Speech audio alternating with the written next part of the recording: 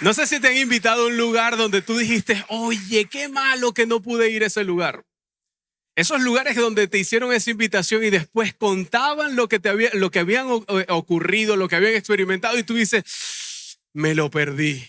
¿Te ha pasado alguna vez así? A mí me pasó con un concierto por allá en los años 1600, no, mentira, en 1998. Era un joven, me gustaba el ska, me gustaba el rock y me conectaba con esa música. Había crecido desde niño escuchando ese tipo de música, pero también la salsa por mi papá. De una u otra manera había escuchado Rubén Blades, había escuchado Willy Colón, y resulta que los grupos de ska que yo había escuchado que eran extranjeros y estos salseros iban a estar en un único concierto en La Carlota. Mis amigos se fueron, mira, vámonos al concierto. Y yo así como que, ay, yo no quiero ir. No, yo no quiero ir. Vayan ustedes. Tenía el dinero, tenía el tiempo, tenía todo. Y cuando ellos regresaron y contaban todo lo que habían vivido, yo había visto algunos videos, veía las fotos y yo le dije, y cuéntame un poquito más. Y cada vez que me contaban yo decía, de lo que me perdí. Y ya más nunca se volvieron a reunir esos grupos en un mismo lugar. Me lo perdí ya, sinceramente. Y probablemente a ti te ha pasado algo similar. Pero también hay veces que te han invitado a un lugar que tú dices, ¿para qué estoy aquí? No hubiese venido. Y si tú vienes hoy por primera vez, espero ese no sea tu comentario el día de hoy. Pero también hay veces que nos hacen invitaciones que tú no te imaginabas lo que iba a ocurrir, pero cuando ocurre tú dices, qué bueno que vine. Qué bueno que pude venir a este lugar y experimentar esto. Ese sí queremos que sea tu comentario al salir de acá. Pero yo recuerdo de las primeras veces, porque no fue la primera vez, de las primeras veces que vine a este lugar, me encantó muchísimas cosas, pero lo que más me encantaba, aparte de la música, era quien cantaba. Y era justamente la muchacha que cantó hoy aquí en el centro. Y me recuerda que me sentaba al final y yo decía, yo quiero conectar con Dios, pero a través de ella. Entonces, al final, para hacerte la historia un poco más corta, terminé conociendo a esa mujer que cantaba, nos casamos, ahora tenemos 2 muchachitas y yo digo, oye, qué bueno que fui para esa iglesia.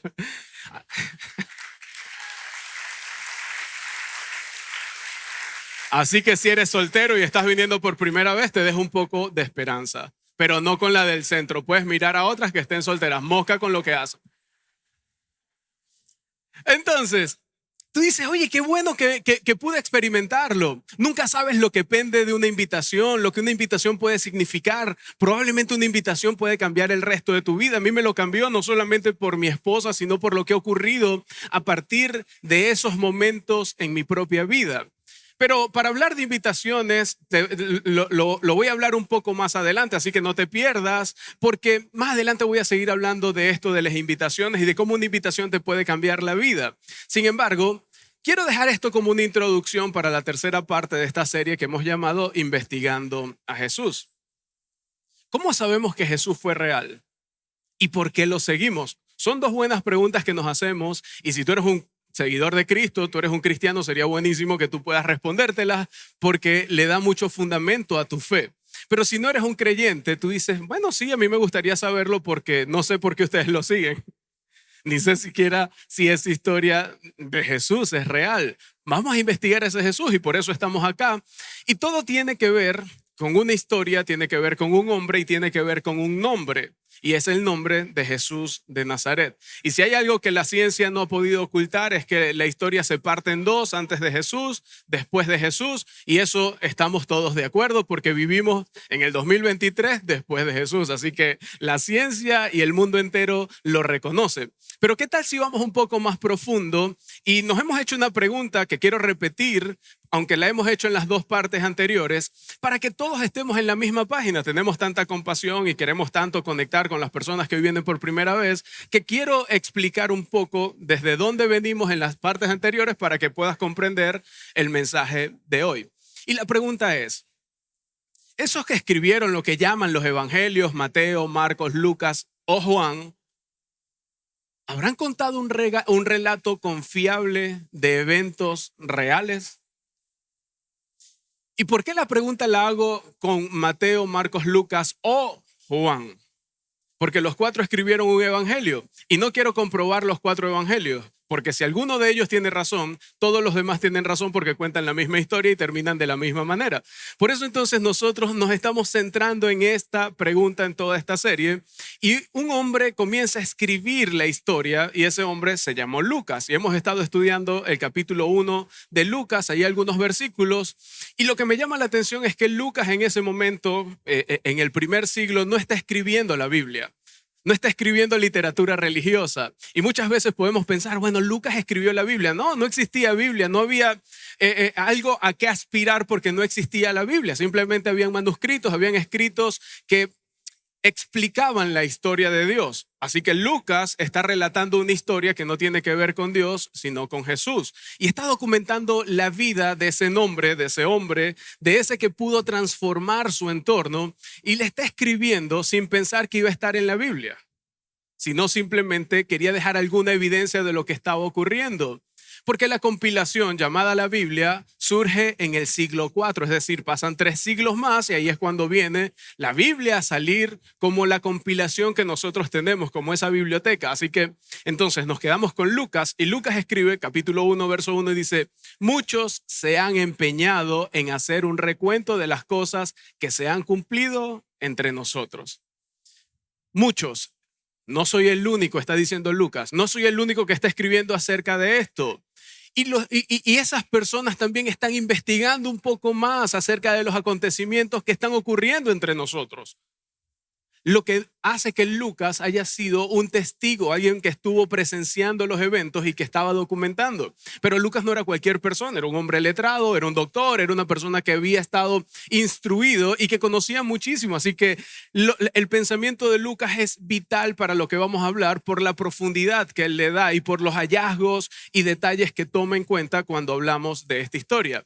Y dice, tal como nos fueron transmitidas por quienes desde el principio fueron testigos oculares y servidores de la palabra. Entonces, se les fue transmitida a una generación, pero había un principio y habían testigos oculares. Entonces, lo que estaban haciendo era recaudar información entre aquellas personas que habían evidenciado, que habían sido testigos.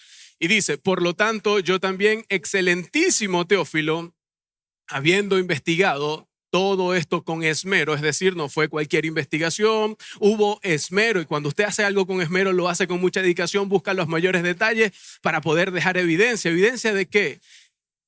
Evidencia de que él podía revelar y podía asentar que lo que se estaba diciendo era verdad. Y sigue diciendo, con esmero desde su origen, he decidido escribírtelo ordenadamente. Hay una cronología en todo esto y eso es bien interesante saberlo porque cuando lees el libro de Lucas te das cuenta de la cronología de la historia de Jesús. Pero lo que no dice en el verso 3, sino que lo dice en el verso 4, dice, para que tengas la certeza, no les va a aparecer en pantalla, pero sí está en sus Biblias, así que usted puede llegar a su casa y leerlo tranquilamente. Y dice, para que tengan la certeza. ¿Y qué certeza? Tener la convicción de eso que han escuchado, tener la convicción de lo que ha estado ocurriendo. Así que esa certeza era lo que Lucas estaba buscando para dejarle a Teófilo. Y dice, de que lo que te han enseñado es verdad. Así que Teófilo había sido instruido y Lucas le está ayudando a afianzar lo que había conocido. Y cuando vemos toda la historia, no solamente en el capítulo 1 describe estas cosas, sino que luego comienza a contar la vida previa a la de Jesús. Y comienza hablando de Juan el Bautista. La semana pasada hablamos de Juan el Bautista, ese que abrió el camino para Jesús, que era primo de él y cómo su madre y la madre de Jesús, que eran parientes, quedaron embarazadas similar por allí en el mismo tiempo, pero Juan viene a abrir el camino, comienza a bautizar y ahí entonces viene Jesús. Pero Juan el Bautista es el que presenta a Jesús a la gente de Judea, porque cuando Jesús entra, entonces le dice, este es el hombre que yo ni siquiera soy digno de desatarle las sandalias, y lo presenta como lo que es, como el Mesías, como el Salvador. Y allí entonces vamos a saltar del capítulo 1 al capítulo 4 y ahí nos vamos a quedar en esta historia a partir de ahora. Y dice, Lucas 4 del 14-15, dice, Jesús regresó a Galilea en el poder del Espíritu y se extendió su fama por toda aquella región. Y lo que me llama la atención de Jesús es que donde llegaba había una multitud que lo seguía. Lo que me llama la atención es que cuando se reunían las personas querían escuchar a Jesús. Así que la palabra de Jesús era irresistible, era algo extraordinario y las personas querían conectar con Jesús. Sigue diciendo, enseñaba en las sinagogas y todos lo admiraban. No nada más que era interesante lo que decía, sino que cada vez que enseñaba las personas decían, wow. Este tipo sabe. Mira lo que está diciendo, se quedan impresionados. Eso es la admiración. A la gente le gustaba. En ese contexto está ocurriendo la historia, pero en ese contexto también hubo un hombre que escuchó a Jesús y ese hombre se llamó Pedro. Y Pedro, después de escucharlo en una sinagoga, le dice, oye Jesús, ¿por qué tú no te vienes a mi casa? Y lo invita y le dice, ven a mi casa. Y se van los dos a la casa y después de escuchar a Jesús, entonces Jesús acepta la invitación. Pero cuando están en su casa, Jesús se da cuenta de que Pedro estaba casado y si estaba casado, entonces tenía una suegra y esa suegra estaba enferma. Jesús viene y dice, yo voy a hacer algo por este hombre y sana a la suegra. Los teólogos dicen que en consecuencia a la sanidad de la suegra, entonces Pedro niega 3 veces a Jesús. No, mentira, no es cierto. Eso es mentira. Lo que sí es cierto, lo que sí es cierto es que Jesús sana a la suegra de Pedro, pero entonces se comienza a correr la voz, las personas comienzan a escuchar. ¿Escuchaste eso? Jesús sanó a la suegra de Pedro, sanó. Y como a todo el mundo le gusta el chisme y al que no le gusta lo entretiene, supiste que ese tal Jesús y que sanó a la suegra de Pedro, porque las sanidades en ese momento no eran tan comunes. Entonces Jesús estaba haciendo algo extraordinario y se comenzó a regar de boca en boca. Y mira lo que sigue diciendo en el verso 40. Al ponerse el sol, la gente le llevó a Jesús todos los que padecían de diversas enfermedades. Él puso las manos sobre cada uno de ellos y los sanó. Y me voy a detener un poco acá porque si dejamos pasar algunos detalles, pudiéramos perdernos de algunas perlas que hay en este momento histórico. Para el entonces, la enfermedad estaba asociada con el pecado. Así que si una persona padecía una enfermedad, estaba asociada al pecado o de ellos o de la familia. Era lo que tenían allí en mente. Entonces, que Jesús esté sanando es la puerta que se abre para lo que Jesús iba a hacer. Porque Jesús asocia su poder sobre la enfermedad. Y te puedes dar cuenta en ese mismo libro de Lucas, pero en muchos capítulos más adelante que te invito a que leas, cómo Jesús, ese poder de la sanidad, lo llevó a expresarlo como el poder sobre el pecado. Pero no fue de una manera tan directa, sino que él comenzó a perdonar el pecado de las personas. Entonces, la sanidad que estaba asociada con el pecado abre la puerta y luego Jesús dice, no solamente sano, sino que perdono a las personas del pecado. Y eso es interesante entender. Porque Jesús lo que está haciendo es llamar la atención de su audiencia. Voy a hacer lo que a la audiencia le parezca que es increíble para el momento, porque no podían concebir que el pecado pudiera realmente tener una cura. Pero Jesús entonces viene y le dice, mira, yo les tengo una respuesta. Y comienza a sanar a las personas, imponía las manos. Imagínate que tú tengas un familiar o que tú hayas venido y quizás tú estás aquí buscando el toque de Jesús y que Jesús te toque y tú puedas quedar sano, que puedas quedar sana. Pero lo que representa para nosotros la sanidad no representaba para ese contexto, porque para ese contexto estaba asociado al pecado. Tu sanidad tiene que ver quizás con una enfermedad y hoy día la enfermedad no está asociada al pecado. ¿Sí me sigues? Ahora, las personas entonces cuando ven a Jesús así como que, ¡wow! Tú te tienes que quedar más tiempo aquí y ya va que te vamos a traer más enfermos, traigan más enfermos. Así que le piden a Jesús que se quede y mira la respuesta de Jesús. Vamos al verso 43 y dice, es preciso que anuncie también a los demás pueblos las buenas nuevas del reino de Dios. Y voy a detenerme un poco acá, porque Jesús comprendía que él no había ido para hacer milagros y para sanar personas, sino para anunciar las buenas nuevas del reino de Dios. Y las buenas nuevas del reino de Dios se reciben con gratitud, con gozo. Y quiero hacer un paréntesis porque probablemente a ti Te hablaron de las buenas nuevas del reino de Dios como algo malo. No, no, mire, tú tienes que seguir a Dios porque Dios te va a castigar. Y tú lo ves, no lo ves como una buena noticia, más bien lo ves como que, oye, eso no es una buena noticia. Y si a ti te predicaron un cristianismo donde las buenas noticias no te alegraron, entonces no te predicaron el mensaje original, te predicaron una copia. Porque cada vez que Jesús daba las buenas nuevas, eran buenas noticias. Y las buenas noticias se reciben con agrado. Y hoy yo te quiero predicar acerca de esas buenas noticias para que tú salgas con agrado, con gozo de aquí diciendo, uy, estas son las buenas noticias que yo necesitaba. Termina el capítulo 4, nos vamos al capítulo 5 y comienza una historia que es súper interesante y que no me gustaría que perdieras detalles porque quizás es más parecida a tu vida de lo que tú crees. Y quiero irla asociando con nuestras propias vidas para que veas lo vivo y lo relevante de esta historia para nosotros. Y dice, un día estaba Jesús a orillas del lago de Genesaret. Para explicártelo en dimensiones, tenía 13 kilómetros de ancho y 22.5 kilómetros de largo. Eran unas 8 millas por unas 14 millas aproximadamente. Eso es lo que pudiera representar en extensión de terreno. Pero lo que me llama la atención es que estaban en las orillas y la orilla estaba repleta. Mira lo que sigue diciendo. Y la gente lo apretujaba para escuchar el mensaje de Dios. ¿Cuánta gente se necesita para estar apretujado en ese lago, en esa orilla? Se necesita demasiada gente y ese era el poder que tenía Jesús. Un Jesús que estaba lanzando un mensaje y dice, y la gente se apretujaba para escuchar el mensaje de Dios. Ahora, Lucas está hablando del mensaje de Dios, pero en ese momento no hay Biblia. Entonces, ¿a qué mensaje de Dios se está refiriendo? Porque estamos en el primer siglo donde nadie tiene una Biblia. ¿A qué mensaje de Dios se está refiriendo? Y es que Lucas ancla el mensaje de Dios a Jesús. Es decir, las personas están escuchando a Jesús. En consecuencia, Lucas está diciendo, ustedes están escuchando a Dios. Y lo que Jesús está diciendo es la palabra de Dios. Entonces, la fe en donde está anclando Lucas todos estos acontecimientos en la persona de Jesús, que tiene una autoridad dada por Dios Padre. Y sigue diciendo, Jesús vio al borde del agua 2 barcas, dejadas allí por los pescadores que estaban lavando sus redes.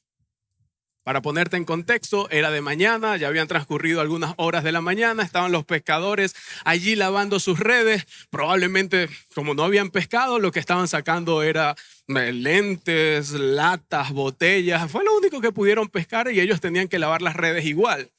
Pero había pasado un tiempo en la mañana. Los pescadores normalmente salían a pescar, era en la madrugada, porque en la madrugada el agua es más fría y los peces suben. Y al subir, entonces era más fácil atraparlos. Sigue diciendo, subió a una de las barcas que pertenecía a Simón. Ese Simón es el mismo Pedro al que Jesús le hizo el milagro con la suegra y ahora se están encontrando en una barca. Y le pidió que la alejara un poco de la orilla. Luego se sentó y enseñaba a la gente desde la barca. Imagínate a Jesús montándose en la barca, sentándose en el borde y diciendo, ok, escuchen todos, sin micrófono, un montón de gente viendo allí para escuchar, oye, ¿qué va a decir? Y lo que tú escuches no los dice. Entonces el primero escuchaba y se lo decía y así se iba llevando el mensaje y las personas iban estando en el mismo contexto porque entonces iba pasando la palabra de uno a otro y todo el mundo estaba escuchando a Jesús. Ese Jesús que está allí sentado en la barca lanzando un mensaje. Pero dice, cuando acabó de hablar, le dijo a Simón. Y lo que le dice a Simón es prácticamente un paso pequeño, un paso de bebé. Lo que le dice a continuación a Simón es, confía en mí, pero no se los dice directamente, sino que le dice, lleva la barca hacia aguas más profundas y echen allí las redes para pescar. Puede parecer factible, pero era poco razonable. Era costoso lo que le estaba pidiendo Jesús a Pedro. Ya habían lavado las redes, ya habían perdido toda la madrugada y no habían pescado. ¿Por qué era costoso? Porque tenían que subir a la tripulación, tenían que pagar para nuevamente surcar el mar y poder ir a pescar. Entonces era costoso, era un poco razonable lo que Jesús le estaba pidiendo a Pedro. Sin embargo, Pedro está allí como que, ¿será que le creo? ¿Será que no le creo? ¿Será que le hago caso a este hombre? ¿Qué voy a hacer con lo que me está diciendo? Y dice, maestro, hemos estado trabajando duro toda la noche y no hemos pescado nada, le contestó Simón. Es decir, fuimos cuando era y nada de eso ocurrió. No vale la pena. Además, tú ves toda esa gente que está mirando aquí, que si nosotros fracasamos, al que van a mirar es a este que es el pescador. No van a decir, ay, mira, Jesús no pescó. Van a decir, es Pedro no pescó. Ese guaro que tiene tanto tiempo en el mar y no salió y pescó, no pescó nada y viene y le hace caso a Jesús y no pesca nada. Yo me imagino el conflicto mental que tenía allí entonces Pedro, porque nosotros no queremos fracasar. Te lo pongo así. Imagínate la feria de las comidas de algún centro comercial full y tú vas caminando y te tropiezas. Tus. Y en cámara lenta vas.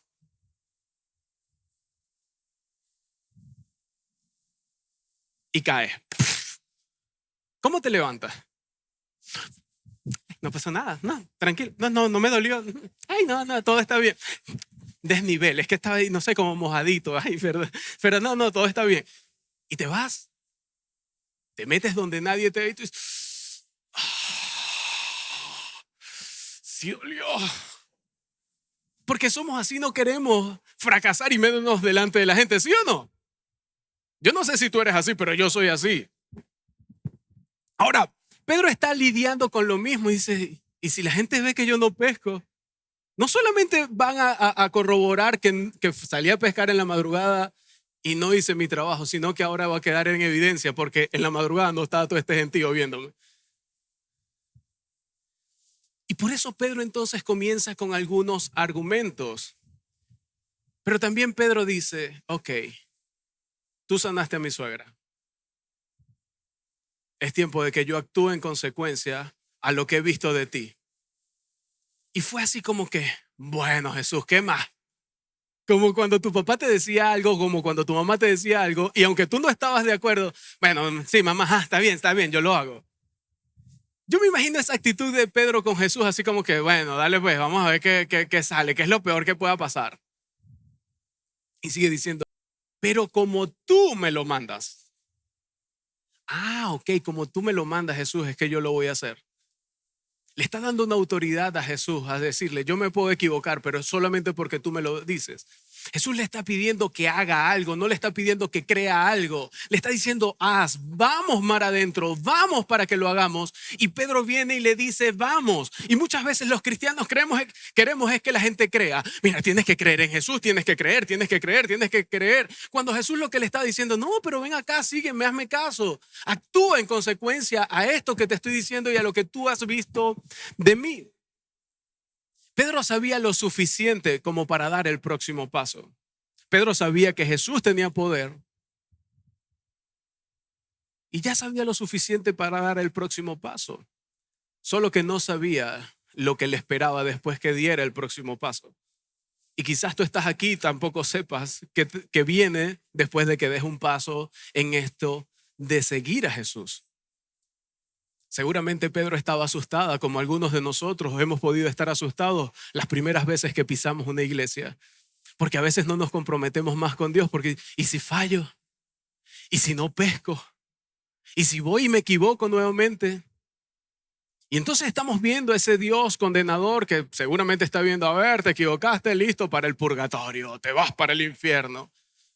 Y tenemos un Dios en nuestra mente totalmente diferente al Dios que es. Tenemos un Jesús totalmente diferente a quien realmente es. No podemos ver lo que va a ocurrir porque nos centramos en el momento de ahora y en el momento de ahora nos comienza a incomodar. Ahora, imagínate ahora a un Pedro sabiendo lo que iba a ocurrir. ¿Sería más fácil para él dar ese próximo paso de bebé que Jesús le estaba pidiendo? Nosotros porque conocemos el final de la historia. Pero te has preguntado, ¿qué hubieses hecho tú si hubieses estado en el lugar de Pedro? Porque es muy fácil tomar la decisión sabiendo cómo termina la historia. Es más, yo te voy a mostrar algunas imágenes que son imágenes reales. Esta imagen es la Basílica de San Pedro en Roma. Y esa basílica se construyó en 1506 y duró aproximadamente unos 120 años en levantarse. Y donde la levantaron, donde la edificaron, es el lugar donde ejecutaron a Pedro, donde fue ejecutado por el circo de Nerón. Entonces dijeron, aquí murió Pedro, levantemos ahora la basílica de San Pedro porque este hombre fue un hombre de fe. ¿Será que Pedro sabía que esa basílica se iba a levantar cuando Jesús le estaba diciendo, vamos, un pasito, vamos, más profundo, vamos, vamos? Pedro no sabía, no tenía conciencia de eso. Y quizás tú y yo muchas veces no tenemos conciencia de nuestras decisiones. Nunca sabremos qué pende de nuestra decisión o de nuestro próximo paso. Si Pedro hubiese sabido esto y mírala por dentro, probablemente hubiese sido más fácil dar el próximo paso en lo que Jesús le estaba pidiendo. Y Lucas resume un par de horas quizás embarazosas en medio de esta confusión de Pedro con esta frase: así lo hicieron. Imagínate esto. Están en la orilla, Pedro está diciendo, ¿será que le damos? ¿Será que no le damos? Bueno, tripulación, vámonos todos, redes arriba, vamos a remar hasta aguas profundas y comienzan a remar. Rema. Me imagino a Pedro diciendo, rema, rema. Y la gente dándole. Llegan a aguas profundas y ahora le dice, papá, saquen las redes que vamos a pescar. Pero también, saquen las redes y no miren para allá porque se van a dar cuenta que todo el mundo nos está mirando. Porque no podemos olvidar el público, no podemos olvidar esa gente que estaba apretujada mirando el evento. Pero dice que hicieron.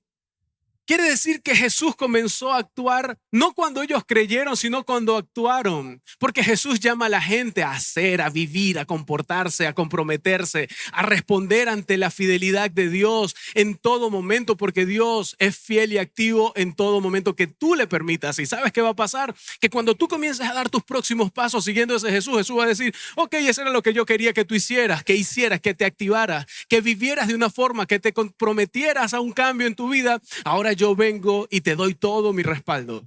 Y eso probablemente puede ocurrir entre nosotros. Ahora, versículo 6 dice, así lo hicieron y recogieron una cantidad tan grande de peces que las redes se les rompían. Ya va. ¿Te podrás imaginar para toda esa comunidad de pescadores que están diciendo, ¿en serio están locos? ¿Cómo van a pescar a esta hora si no pudieron pescar cuando era la hora de pescar? Yo no creo que vayan a hacer eso. Y que de repente puedan ver en evidencia que las redes se están rompiendo por la cantidad de peces que entonces tenían en ese momento. Y cuando la mano de Dios, cuando Jesús se presenta en nuestras vidas, entonces la vida comienza a dar frutos en abundancia. Pero necesitamos hacer, necesitamos movernos, necesitamos dar un próximo paso.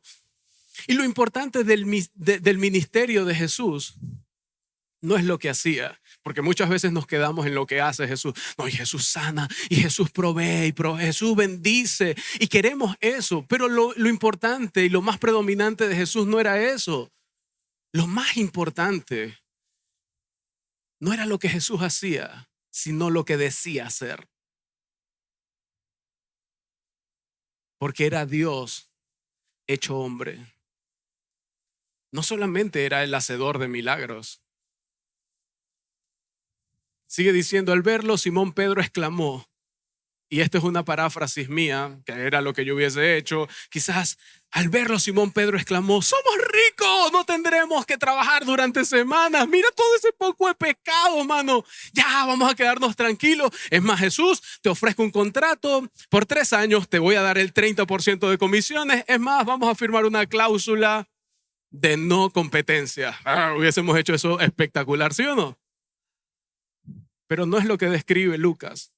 Lo que sí describe Lucas es esto.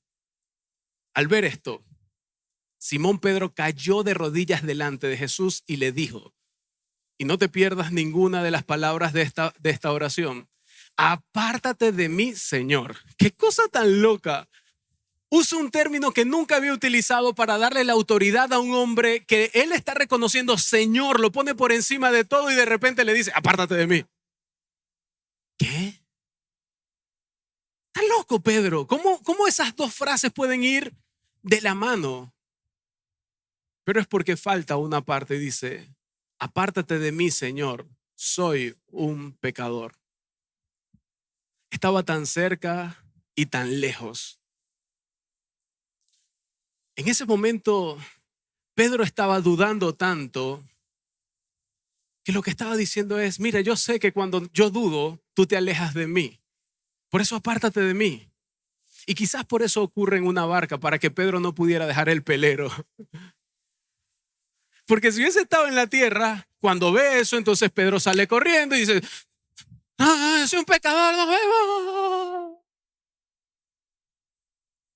Sin embargo, al estar en la barca se tiene que quedar. Por eso la revelación vino en la barca. Y Lucas dice, tenía que contarles esta historia, por eso tenía que contarles esta historia, porque esta historia se parece más a ustedes de lo que ustedes creen. Y te voy a decir por qué. Porque tú y yo hemos concebido un Dios que cuando nos equivocamos, creemos que se aleja de nosotros. Es más, algunos de nosotros cuando pecamos, no, seguramente Dios no quiere saber nada de mí. Bueno, yo me voy a acercar, pero ahorita no.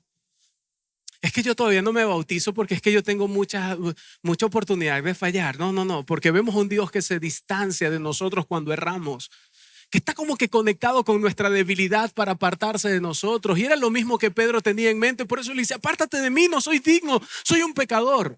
Todos nosotros somos pecadores, a mayor, a menor escala, pero a la larga la misma palabra y el mismo Pablo decía, todos somos pecadores, no existe nadie que no peque en este mundo. Y Pedro conoció a un Jesús cercano. Pedro conoció a un Jesús que le dice, tranquilo, Pedrito, yo sé de qué estás hecho y yo sé lo que ha pasado por tu mente. Sin embargo, yo estoy aquí.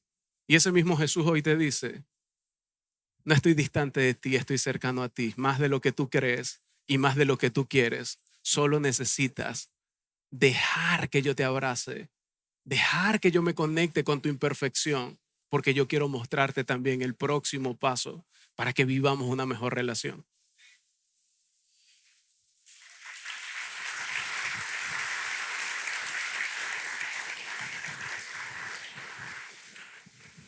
Porque cuando ves la historia de Jesús, Jesús le dijo, Pedro, llévame contigo.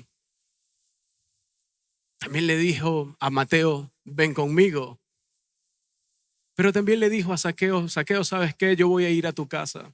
Yo sé quién eres tú, sé que eres un recaudador de impuestos, sé que no estás haciendo las cosas bien, sin embargo yo quiero ir contigo a tu casa. Se acercó. Y si Jesús se quiere acercar, ¿por qué nosotros nos alejamos? ¿Será por lo que nos dijeron? ¿Será por el Jesús que nos presentaron? ¿Será que necesitamos cambiar nuestra manera de pensar acerca de ese Jesús? Entonces Jesús dijo a Simón, no temas, desde ahora pescarás gente. Y quiero decirte lo mismo a ti, no temas. Porque hay algo que ha estado rondando en tu mente para acercarte más a Jesús, pero tu temor te ha hecho recular. En vez de dar el próximo paso, has reculado algunos pasos. Vamos, no temas. Y Jesús le dice, pescarás gente. Le dio una fama a la que Pedro pudiera aspirar y se convirtió en eso. Pedro después comenzó a predicar. Le dijo a las personas, oye, este es el camino. Nadie me lo contó, yo estuve allí. Por eso Pedro da ese próximo paso. Y sigue diciendo, así que sacaron sus barcas a la orilla, lo dejaron todo y le siguieron. Si hubiese hecho eso por mí así, de manera tan categórica y que yo lo hubiese podido presenciar, yo también hubiese dejado todo y no me hubiese importado nada por seguir a Jesús. Y probablemente tú también lo hubieses hecho. La pregunta es, ¿será que ya lo hizo y no nos hemos dado cuenta? ¿Será que ya ha estado obrando en tu vida y tú no te has dado cuenta? Recuerdo en 2013, había estudiado por 9 años, ya había hecho mi posgrado, estaba en mi carrera profesional bien posicionado para el momento, estaba trabajando en una universidad, tenía beneficios, tenía todo, me estaba yendo bastante bien, cuando de repente comencé a sentir que Dios me decía, dedícate a mi iglesia, dedícate a mi iglesia, dedícate a mi iglesia. Y cuando comencé a ver lo que Dios estaba haciendo en mí, lo que había hecho en el pasado, decidí dejar toda mi comodidad y venir a trabajar en la iglesia. Si yo hubiese sabido lo que hoy está ocurriendo, lo hubiese hecho más rápido. Pero en ese momento no sabía cómo iba a continuar la historia. Estaba navegando en unas aguas profundas y que yo nunca había estado allí. Pero eso me permitió conocer a un Jesús real. Pedro conoció a un Jesús real. Yo me imagino a Pedro diciendo algo como esto: Jesús hizo un truco de pesca para mí y yo lo seguí. Porque fue como algo mágico lo que ocurrió allí. ¿No sabes lo que hizo por ti? Deberías, diría Pedro. Pero Pedro lo describe en su carta y él te pudiera estar diciendo: lo escribí en mi carta, lo describí en mi carta para que no te pierdas detalles. Años después de la crucifixión lo describe de esta forma y vamos a ir a la carta de Pedro, primera de Pedro 2, 23 y 24. Cuando proferían insultos contra él, no replicaba con insultos. Imagínate un Jesús estando allí, la gente diciéndole cosas: ¡ah, mentiroso! Tú no eres el Mesías, impostor, tú no eres el Hijo de Dios. Las personas lo escupían: sálvate, sálvate tú, y lo escupían. Pero él nunca respondió con insultos. Pero Pedro está allí después de haberlo negado, mirando todo desde lejos. Estaba allí con la multitud diciendo: hey, yo lo que te estoy diciendo nadie me lo contó, yo lo vi, yo estaba en medio de la multitud, yo estaba en medio de ese mar de caras que estaban mirando todo lo de Jesús. Me salió como salserín la cosa, pero bueno, ustedes sigan en la historia. Cuando proferían insultos, entonces él no replicaba, pero cuando padecía no amenazaba. Imagínate que a nosotros nos estén pegando. No sabes quién es mi papá, dale, si quieres me pegas. Tú no sabes quién es mi papá, ya vas a ver nos vamos a ver la salida. Dame pues, dale. Jesús no estaba así, Jesús estaba diciendo: Padre, perdónalo, ellos no saben lo que hacen. Él no estaba amenazando: ya vas a ver, mi Padre que es justo te enviará para el infierno, desgraciado. Dame otro latigazo para que tú veas. Vas para la paila más caliente. Lo que Pedro nos está diciendo es: papá, no es así. Sino que se entregaba a aquel que juzga con justicia. Lo que Jesús está diciendo: mira, yo confié en el Padre y le dije: Padre, si esta es tu voluntad, a ti me entrego. Pero también dice: oye, confíen en mi Padre porque yo confié en Él. Y Jesús nos lleva a confiar en el Padre. Pedro sigue diciendo: Él mismo en su cuerpo llevó al madero nuestros pecados. Así que cuando estaba ahí, Él se entregó por tus pecados y por mis pecados. Esos que nos alejan de Él, por eso se entregó. Por eso Él dice: ¿con qué me puede sorprender que yo no sepa? ¿Por qué más bien no te deja que yo te capture y que yo te abrace? ¿Por qué sigues huyendo? ¿Por qué estás diciendo: aléjate de mí, Señor? Cuando pudieras decir: Señor, gracias, y te dejas abrazar por Él. ¿Por qué has huido tanto de seguir a Jesús? Cuando te das cuenta que algunas personas hicieron lo mismo, pero cuando se encontraron con Jesús dijeron: oye, qué bueno que lo hice. Qué bueno que pude seguir a Jesús. Pero quiero decirte algo: no sigas a Jesús por lo que hará por ti. Y no dejes de seguir a Jesús por lo que no hizo por ti. Porque muchas personas están esperando que Jesús le resuelva todo, que le sane un familiar, que le ayude con la relación. Y cuando eso no ocurre, entonces, ves, ese Dios a mí no me responde. No. No te enfoques en anclar tu fe a lo que Jesús hará por ti, porque no es un trueque. Ancla tu fe a lo que Jesús ya hizo por ti. Y es totalmente diferente porque Él ya murió por ti, por tus pecados y por tu salvación. Y cuando tú decides seguirlo, Él dice: bienvenido, porque no tiene que ver con esta vida, sino con la eternidad. Así que bienvenido a casa, hijo mío.